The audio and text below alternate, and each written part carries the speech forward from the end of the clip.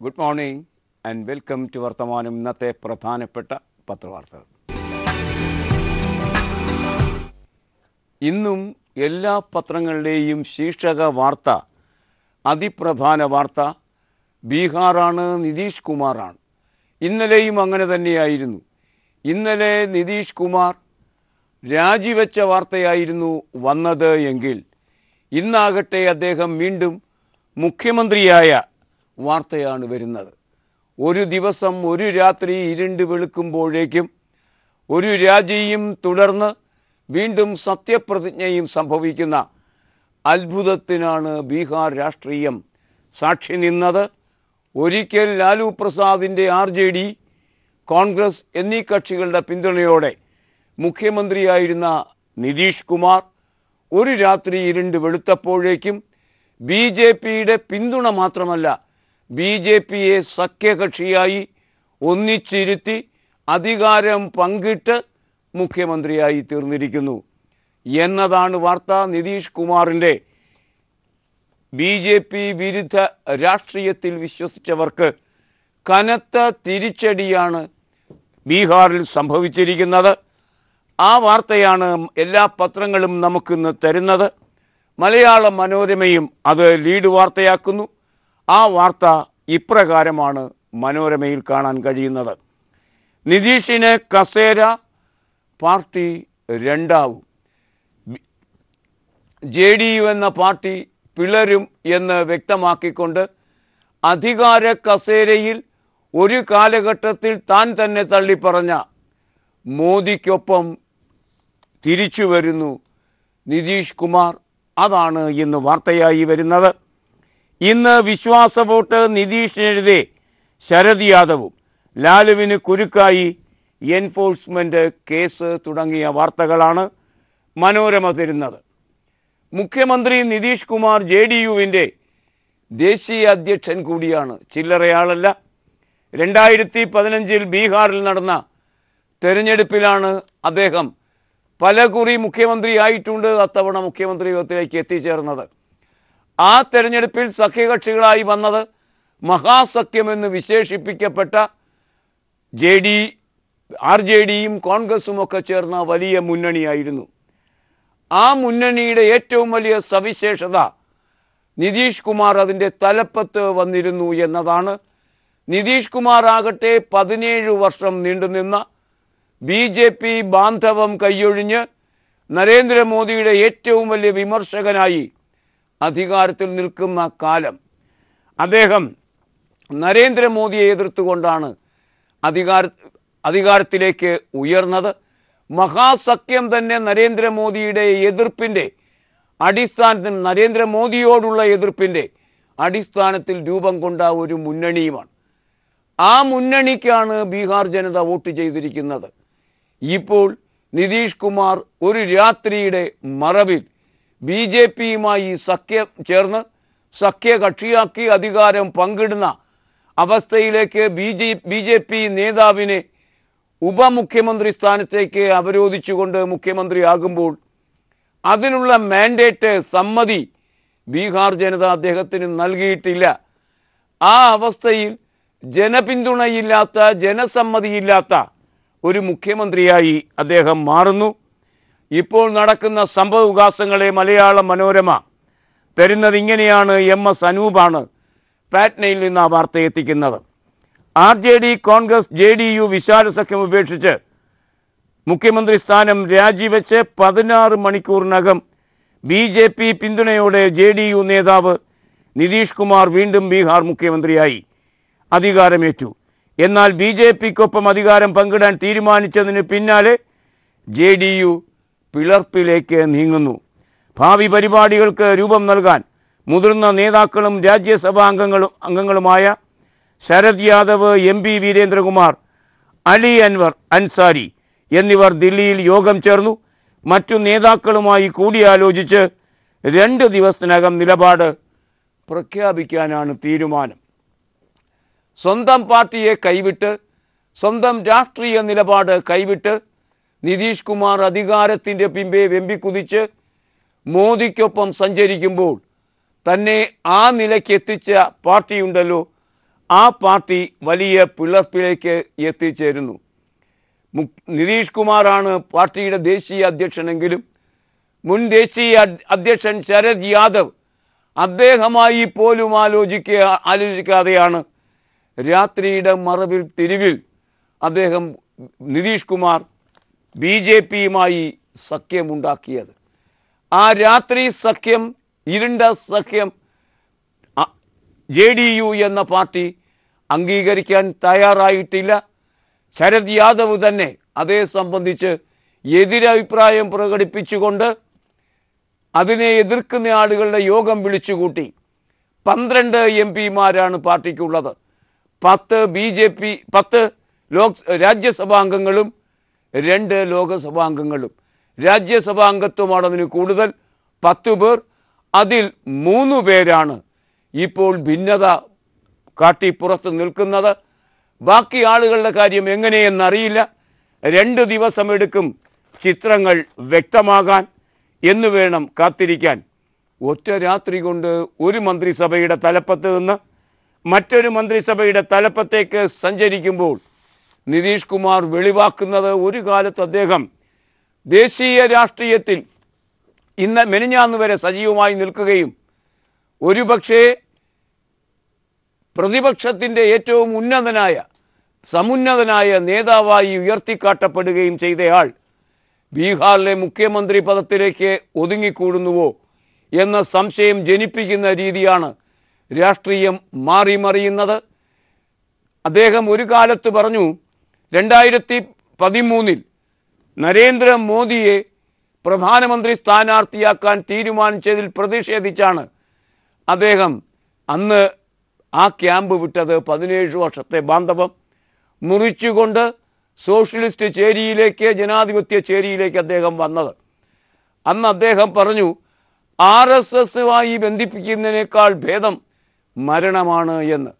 ആ അർത്ഥത്തിൽ RSSകാരനെ തന്നെ ഉപമുഖ്യമന്ത്രിയാക്കുമ്പോൾ സത്യത്തിൽ നിതീഷ് കുമാർ അകാല മരണം ഏറ്റുവാങ്ങുന്നു എന്നു വേണം നമുക്ക് അനുമാനിക്കാൻ.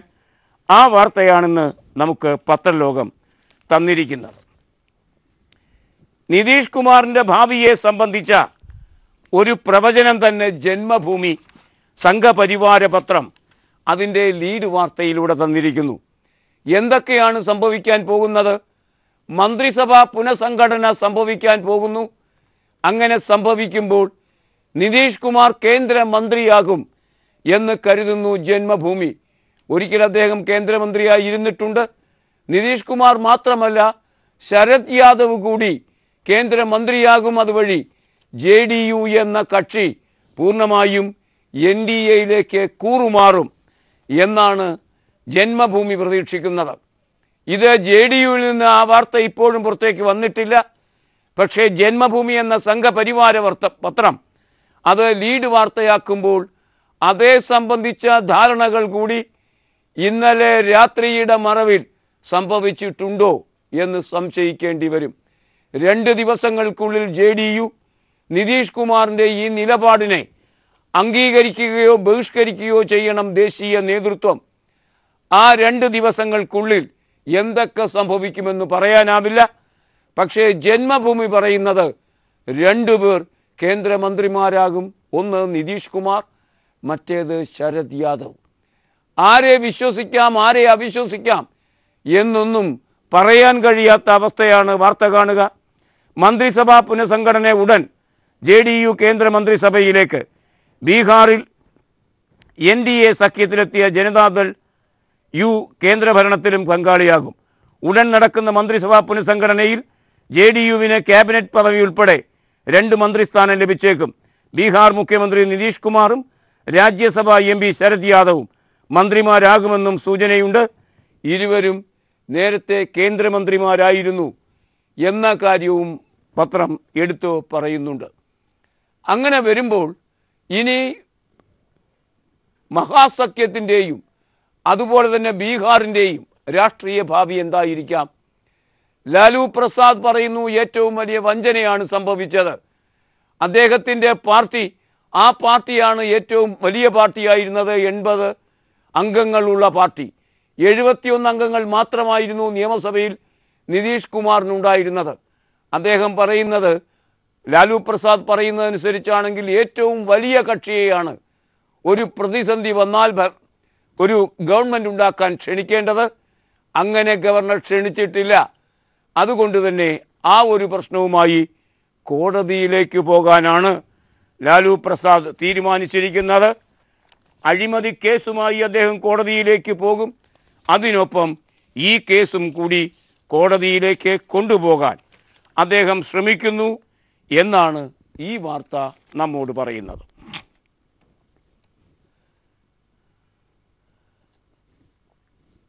ഇന്ന് പത്രലോകം തരുന്ന മറ്റൊരു പ്രധാനപ്പെട്ട വാർത്ത കോവളം കൊട്ടാരം കൈമാറ്റം ചെയ്തതിനെ സംബന്ധിച്ച വാർത്തയാണ്.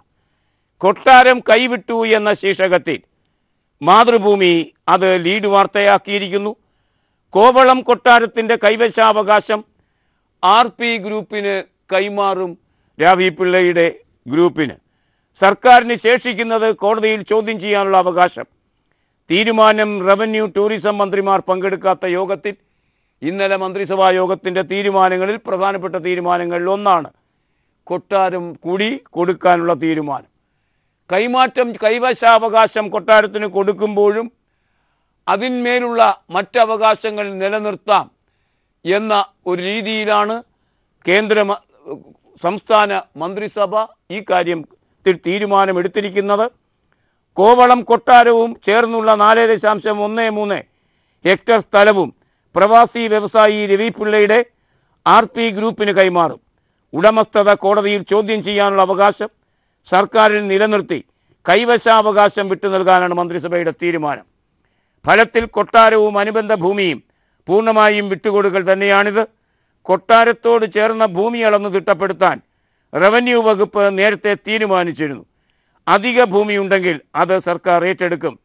റവന്യൂ വകുപ്പ് കൈകാര്യം ചെയ്യുന്ന CPIക്ക് ഇക്കാര്യത്തിലുണ്ടായിരുന്ന എതിർപ്പ് അതിജീവിച്ചാണ് ഇപ്പോഴത്തെ തീരുമാനം. VS അച്യുതാനന്ദനും പ്രതിപക്ഷ നേതാക്കളും എതിർപ്പുമായി രംഗത്ത് വന്നിട്ടുണ്ട്. പക്ഷേ നാം മനസ്സിലാക്കേണ്ട ഒരു കാര്യം, ആരൊക്കെ എന്തൊക്കെ പറഞ്ഞാലും കോടതി വ്യവഹാരങ്ങളുടെ ഭാഗമായി ആണ് ഇത്തരമൊരു അവസ്ഥാന്തരം സംജാതമായത്. കോടതികളൊക്കെ RP ഗ്രൂപ്പിന് അനുകൂലമായ നിലപാടാണ് എടുത്തിരിക്കുന്നത്. അതിനെ ബ്രേക്ക് ചെയ്യാൻ, ഉല്ലംഘിക്കാൻ എന്തായാലും സംസ്ഥാന സർക്കാരിന് കഴിയുകയുമില്ല. അതുകൊണ്ട് അടിസ്ഥാന അവകാശം നിലനിർത്തിക്കൊണ്ട് കൈകാര്യ അവകാശമാണ് വിട്ടുകൊടുത്തിരിക്കുന്നത് എന്ന് വേണമെങ്കിൽ ആശ്വസിക്കാം. ആ നിലപാടുള്ളതുകൊണ്ട് കേരള കൗമുദി പറയുന്നു, പുതിയ നിയമം വഴി കൊട്ടാരം വീണ്ടും സർക്കാരിന് ഏറ്റെടുക്കാം. KP കൈലാസ്നാഥ് ആ വാർത്ത കേരള കൗമുദിയുടെ 1-ാം പുറത്ത് റിപ്പോർട്ട് ചെയ്യുന്നു. അതിങ്ങനെ: കോവളം കൊട്ടാരവും അനുബന്ധ സ്ഥലവും കോടതി വിധിയുടെ പശ്ചാത്തലത്തിൽ സർക്കാർ RP ഗ്രൂപ്പിന് കൈമാറിയെങ്കിലും വേണമെങ്കിൽ ഏറ്റെടുക്കൽ നിയമത്തിലെ അപാകതകൾ പരിഹരിച്ച് സർക്കാരിന് വീണ്ടും അത് ഏറ്റെടുക്കാം. RP ഗ്രൂപ്പിൻ്റെ കൈവശം ഇപ്പോൾ 63.71 ഏക്കർ സ്ഥലമുണ്ട്. യഥാർത്ഥത്തിൽ 43 ഏക്കർ സ്ഥലം മാത്രമാണ് കൈവശം നൽകിയിട്ടുള്ളത്. ബാക്കി ഭൂമി എടുക്കണമെങ്കിലും അതിന് സിവിൽ കേസ് വേണ്ടിവരും. VS അച്യുതാനന്ദൻ അതാണ് ആവശ്യപ്പെട്ടിരിക്കുന്നത്. ഏതായാലും കോവളം കൊട്ടാരത്തെ സംബന്ധിച്ച ധാരാളം വാർത്തകൾ വന്നിരുന്നു. കോടതി വ്യവഹാരത്തിൻ്റെ അനന്തരം അത് RP ഗ്രൂപ്പിന് വിട്ടുകൊടുക്കപ്പെട്ടിരിക്കുന്നു. കൈവശാവകാശം, അതാണ് വാർത്ത. ദിലീപുമായി ബന്ധിപ്പിച്ച കേസുമായി ബന്ധിപ്പിച്ച വാർത്തകൾക്ക് പ്രാധാന്യം കുറയുന്നുണ്ട്. ആ കേസ് അതിൻ്റെ സ്വാഭാവിക അന്ത്യത്തിലേക്ക് സഞ്ചരിക്കുന്നു. അതിൻ്റെ ഏറ്റവും പുതിയ മുഖം ഇന്ന് പത്രലോകം നമുക്ക് തരുന്നു. ദേശാഭിമാനി 1-ാം പുറത്ത് റിമി ടോമിയെ ചോദ്യം ചെയ്ത വാർത്തയാണ് നമുക്ക് തരുന്നത്. പ്രസിദ്ധരായ ആളുകൾ ഒന്നൊന്നായി ഈ കേസിൻ്റെ പൊതുപരിസരത്തിലേക്ക് വന്നുകൊണ്ടിരിക്കുന്ന വാർത്ത. ആ വാർത്തയാണ് പത്രലോകം നമുക്ക് തരുന്നത്. ആ വാർത്തയുടെ വിശദാംശങ്ങളിലേക്ക് പോകാം ഒരു പരസ്യ ഇടവേളയ്ക്ക് ശേഷം. ദേശാഭിമാനി വാർത്ത ഇങ്ങനെ: നടിയെ ആക്രമിച്ച കേസ് റിമി ടോമിയെ ചോദ്യം ചെയ്തു. വാർത്ത കാണാം. നടിയെ ആക്രമിച്ച കേസിൽ ഗായിക റിമി ടോമിയെ പോലീസ് ചോദ്യം ചെയ്തു. ചോദ്യാവലി തയ്യാറാക്കി ഫോണിലൂടെയായിരുന്നു ചോദ്യം ചെയ്യൽ. സംസാരം റെക്കോർഡ് ചെയ്തു. നടി ആക്രമിക്കപ്പെട്ട ദിവസം റിമി ദിലീപിനെയും കാവ്യയെയും വിളിച്ചിരുന്നു. ദിലീപും കാവ്യയും പങ്കെടുത്ത അമേരിക്കൻ സ്റ്റേജ് ഷോയിലും റിമി ഉണ്ടായിരുന്നു തുടങ്ങിയ കാര്യങ്ങൾ മുൻനിർത്തിയാണ് ചോദ്യം ചെയ്തിരിക്കുന്നത്. ഇന്ന് മംഗളം പത്രത്തിൻ്റെ 1-ാം പേജിൽ തന്നെ 2 വാർത്തകൾ നമുക്ക് വായിക്കാം. രണ്ട് വാർത്തകളും കേന്ദ്ര സർക്കാരുമായി ബന്ധപ്പെട്ടതാണ്. കേന്ദ്ര സർക്കാരിൻ്റെ സവിശേഷത അവർ ഒന്ന് പറയും മറ്റൊന്ന് ചെയ്യും എന്നതാണ്. നഴ്സുമാർക്ക് 20,000 രൂപ അടിസ്ഥാന ശമ്പളം കൊടുക്കണം എന്ന് നഴ്സുമാർ സംസ്ഥാനങ്ങളോട് പറഞ്ഞു. കേരളത്തിലെ സമരം അത് ഒത്തുതീർപ്പാകുന്നതും ഈ നിലയ്ക്കുള്ള നിലപാടുമായി ബന്ധിപ്പിച്ചാണ്. കേന്ദ്രത്തിൻ്റെ നിലപാടും ഒരു ഘടകമായിരുന്നു. എന്നാൽ കേന്ദ്രം നടത്തുന്ന സ്ഥാപനങ്ങളിൽ നഴ്സുമാരുടെ ശമ്പളം എത്ര? ആ ഇരട്ടത്താപ്പാണ് മംഗളം ആദ്യ വാർത്തയായി തരുന്നത്. മിനിമം ശമ്പളം 20,000 രൂപ നിശ്ചയിച്ച കേന്ദ്രം കരാർ നഴ്സുമാർക്ക് നൽകുന്നത് 11,620 രൂപ മാത്രം. അതാണ് കേന്ദ്രത്തിൻ്റെ ഇരട്ടത്താപ്പ്. ഷിൻഡോ തോമസ് ആ വാർത്ത തരുന്നത് ഇപ്രകാരം: സ്വകാര്യ മേഖലയിൽ ജോലി ചെയ്യുന്ന നഴ്സുമാരുടെ മിനിമം ശമ്പളം 20,000 രൂപയായി ക്രമീകരിക്കണമെന്ന് നിർദ്ദേശിച്ച കേന്ദ്ര സർക്കാർ ദേശീയ ആരോഗ്യ ദൗത്യത്തിന് കീഴിൽ കരാർ വ്യവസ്ഥയിൽ ജോലി ചെയ്യുന്ന നഴ്സുമാർക്ക് നൽകുന്നത് 11,620 രൂപ മാത്രം. നഴ്സുമാരുടെ ശമ്പളത്തിൻ്റെ കാര്യത്തിലെ ഇരട്ടത്താപ്പിനൊപ്പം തന്നെ മറ്റൊരു കാര്യം കൂടി, മറ്റൊരു മലക്കം മറിച്ചിൽ കൂടി കേന്ദ്ര സർക്കാർ നടത്തിയ വാർത്തയും 1-ാം പേജിൽ മംഗളം തരുന്നു. സ്വകാര്യത മൗലികാവകാശമല്ല എന്ന് കേന്ദ്രം. സ്വകാര്യത മൗലികാവകാശമാണ്, എന്നാൽ അത് സ്വാഭാവികമാണ്, ഉപാധികൾക്ക് അടിസ്ഥാനത്തിലാണ് എന്ന് ഇന്നലെ കോടതിയിൽ വാദിച്ച കേന്ദ്രം, മെനിഞ്ഞാന്ന് വാദിച്ച കേന്ദ്ര സർക്കാർ ഇന്നലെ വാദിച്ചത് സ്വകാര്യത മൗലികാവകാശമല്ല എന്ന നിലയ്ക്കാണ്. ആധാർ കാർഡുമായി ബന്ധിപ്പിച്ചാണ് ആ നിലപാട്. വാർത്ത കാണുക: സ്വകാര്യത എന്ന അവകാശത്തിന് വിവിധ വശങ്ങളുള്ളതിനാൽ അതിനെ മൗലികാവകാശമായി കണക്കാക്കാനാകില്ല എന്ന് കേന്ദ്ര സർക്കാർ സുപ്രീം കോടതിയെ അറിയിച്ചു എന്നാണ് ഈ വാർത്ത നമ്മോട് പറയുന്നത്.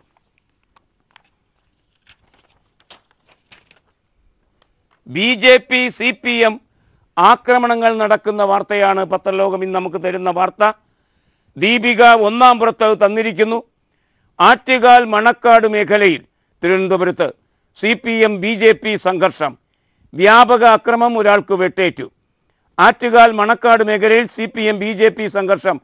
നഗരസഭാ കൗൺസിലർമാരും പ്രാദേശിക നേതാക്കളും അടക്കമുള്ളവരുടെ 10ഓളം വീടുകൾക്ക് നേരെ ആക്രമണമുണ്ടായി. കോടിയേരി ബാലകൃഷ്ണൻ്റെ മകൻ്റെ വീടും ആക്രമണത്തിന് ഇരയായി. BJPയുടെ സംസ്ഥാന കമ്മിറ്റി ഓഫീസും ആക്രമണത്തിന് ഇരയായി തുടങ്ങിയ വാർത്തകളും ഇന്ന് ദൃശ്യമാധ്യമങ്ങൾ നമുക്ക് തരുന്നുണ്ട്. BJPയിൽ സംഭവിച്ച അഴിമതി കഥകൾ ആടി ഉലയുന്ന BJPയുടെ ജനപിന്തുണയിൽ കാര്യമായ ഇടിവുണ്ടാക്കി എന്ന് കേന്ദ്രം വിലയിരുത്തിയിരിക്കുന്നു. അതുകൊണ്ട് തന്നെ ഈ സാഹചര്യം സൃഷ്ടിച്ച ആളുകളുടെ മേൽ നടപടിയെടുക്കണം, സംസ്ഥാന സമിതി അംഗങ്ങൾക്കെതിരെ നടപടിയെടുക്കണമെന്ന് കേന്ദ്രം ആവശ്യപ്പെട്ടിരിക്കുന്നു. ഇന്ന് മാതൃഭൂമി ആ വാർത്ത 1-ാം പേജിൽ BJPയുടെ ജനപിന്തുണയിൽ ഇടിവുണ്ടാക്കി എന്ന് കേന്ദ്ര നേതൃത്വം. മെഡിക്കൽ കോളേജ് കോഴയാണ് ഇടിവുണ്ടാക്കിയത്. മനോജ് മേനോൻ ആ വാർത്ത തരുന്നത് കാണുക. മെഡിക്കൽ കോളേജ് കോഴയെ ചൊല്ലി ഉയർന്ന ആരോപണങ്ങൾ കേരളത്തിൽ BJPയുടെ ജനപിന്തുണയിൽ കാര്യമായ ഇടിവ് വരുത്തിയിട്ടുണ്ട്. ആ കാര്യത്തെക്കുറിച്ച് നടപടി വേണം, നടപടി എടുക്കണമെന്ന് കോർ കമ്മിറ്റിയും സംസ്ഥാന കോർ കമ്മിറ്റിയും സംസ്ഥാന സമിതിയും തീരുമാനമെടുത്തതിന് ശേഷവും കുമ്മനം രാജശേഖരൻ നടപടി എടുക്കുന്നില്ല. എന്തുകൊണ്ട് നടപടി എടുക്കുന്നില്ല എന്ന് കേന്ദ്രം ചോദിക്കുമ്പോൾ കുമ്മനം രാജശേഖരൻ അഴിമതിയുടെ പാരാവാരത്തിൽ ഒരു ചെറിയ മീനല്ല എന്ന് നമുക്ക് ബോധ്യപ്പെടുകയും ചെയ്യുന്നു. ചില്ലറയാളല്ല അദ്ദേഹം. അദ്ദേഹത്തിൻ്റെ താല്പര്യങ്ങൾ ഉണ്ട് എന്ന് തന്നെയാണ് അർത്ഥം. കേന്ദ്ര നേതൃത്വം ആവശ്യപ്പെട്ടിട്ടും നടപടി വരുന്നില്ല. ഇന്ന് മറ്റൊരഴിമതി, BJPയുടെ ആഭിമുഖ്യത്തിലുള്ള മറ്റൊരഴിമതി, തിരുവനന്തപുരം കോർപ്പറേഷനിലെ അഴിമതി. അതും ചില്ലറ അഴിമതിയല്ല. ഹ്രസ്വകാലമായി അധികാരം കിട്ടിയപ്പോൾ അധികാരം ആദ്യമായി കിട്ടിയപ്പോൾ ആ കിട്ടിയ സമയത്ത് തന്നെ ബി ജെ പിക്കാർ നടത്തിയ അഴിമതിയുടെ കഥ സിറാജ് ഒന്നാം പുറത്ത് തരുന്നു. തിരുവനന്തപുരം കോർപ്പറേഷനിലെ അഴിമതി അന്വേഷണം പ്രഖ്യാപിച്ചു. ബി ജെ പിക്കെതിരെ കടുത്ത ആരോപണങ്ങൾക്കിടയാക്കിയ നികുതി ഇളവ് വിഷയത്തിൽ സർക്കാർ അന്വേഷണം പ്രഖ്യാപിച്ചു. അന്വേഷണം നടത്തി 10 ദിവസത്തിനകം അന്വേഷണ റിപ്പോർട്ട് സമർപ്പിക്കണമെന്നാണ് സർക്കാർ ആവശ്യപ്പെട്ടിരിക്കുന്നത്. ആ കാര്യത്തിലും നടപടി വരാൻ ഇടയുണ്ട് എന്നാണ് ഈ വാർത്ത സൂചിപ്പിക്കുന്നത്. ഇനി ഇന്നത്തെ മുഖലേഖനങ്ങൾ.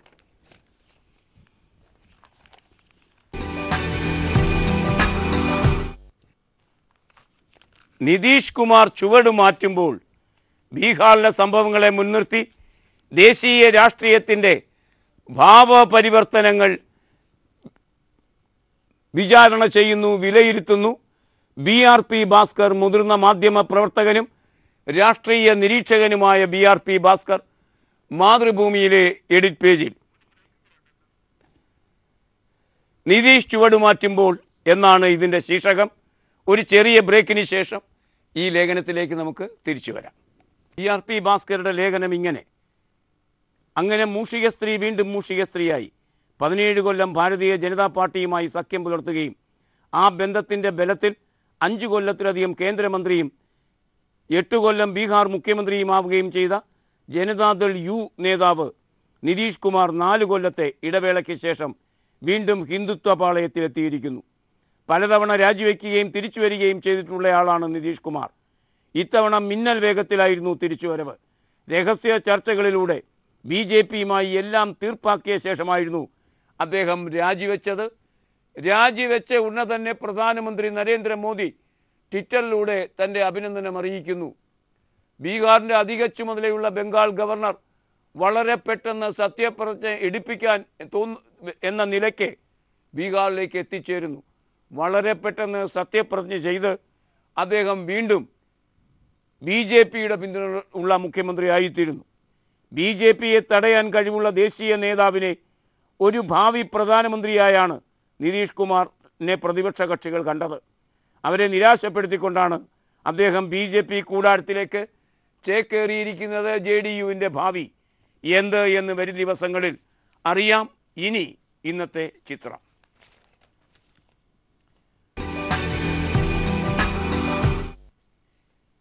ദിലീപുമായി ബന്ധിപ്പിച്ച കേസിൻ്റെ അന്വേഷണം അതിൻ്റെ 2ാം ഘട്ടത്തിലേക്ക് കടക്കുകയാണ്.